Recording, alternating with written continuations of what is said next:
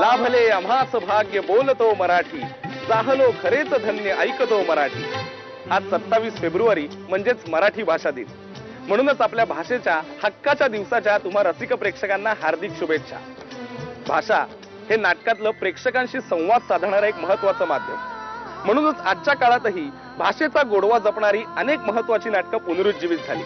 या नाटकाला, या भाषेला प्रेक्षकांनी उत्तम प्रतिसाद दिला.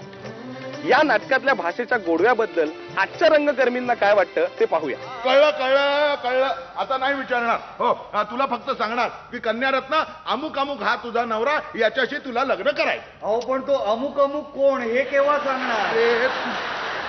अरे तुला कशाला हव्यात नसत्या चौकशा? ज्या पद्धतीची भाषा ह्या नाटकामध्ये बोलली गेलेली आहे, वापरली गेलेली आहे, ती सर्वसामान्य आता सध्या आपण ती भाषा बोलत नाही, पण ती इतकी सुंदर वाटते कानांना ऐकायला. दागिन्याचा डबा, थोडेसे रुपये कुणाकडून? तुमचे वडील घरामध्ये नसताना तुमच्या आईकडनं मागून आणले.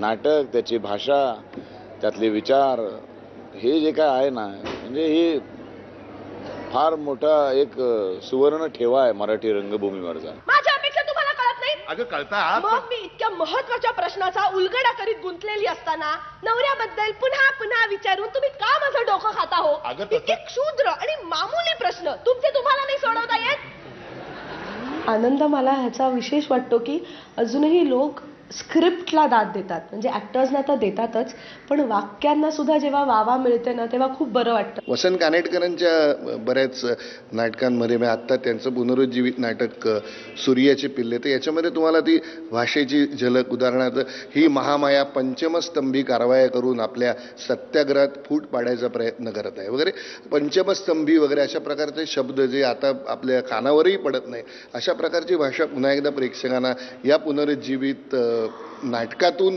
ऐकायला मिळाली. जुन्या काही काही वाक्य आहेत ना, ती मराठी लेखकांची, कानेटकर, दळवी, अत्रे, पुलं, सगळ्यांची, तर ती बोलताना जी भाषेची गंमत आहे ती आता येत नाही. कधी कधी आता येते, ज्याला जरा वरचा क्लासमधली ती नाटकं आहेत काही काही, त्याच्यात ती भाषा येते, नाही असं नाही. सख्खे शेजारीमध्ये मराठी भाषा म्हणजे काय, मराठी ती भाषा कशी बोलायला हवी, त्याची स्वर, आरोह अवरोह काय काय करायला पाहिजे, ते मी सई मावशीमुळे, सई परांजपेमुळे अगदी जवळून मला सगळं अभ्यास झाला.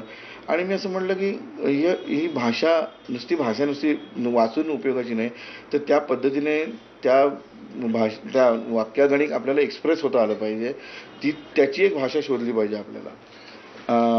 भाषा दिन आहे आणि मी तो साजरा सख्खे शेजारी हे नाटक करून करणार आहे. मराठी भाषा दिनानिमित्त सर्वांना माझ्याकडून लाख लाख शुभेच्छा.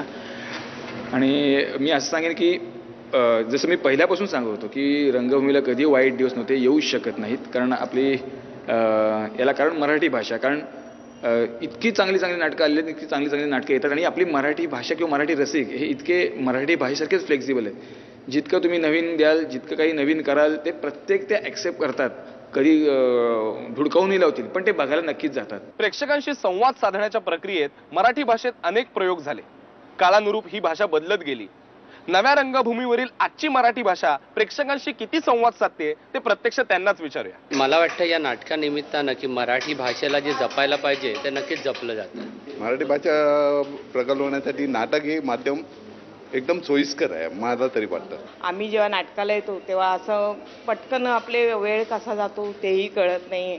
हलका फुलका विनोदी नाटक असतं. आता त्या परवाकडे शिवजयंतीच्या दिवशी सांबूराजेवर नाटक पाहिलं.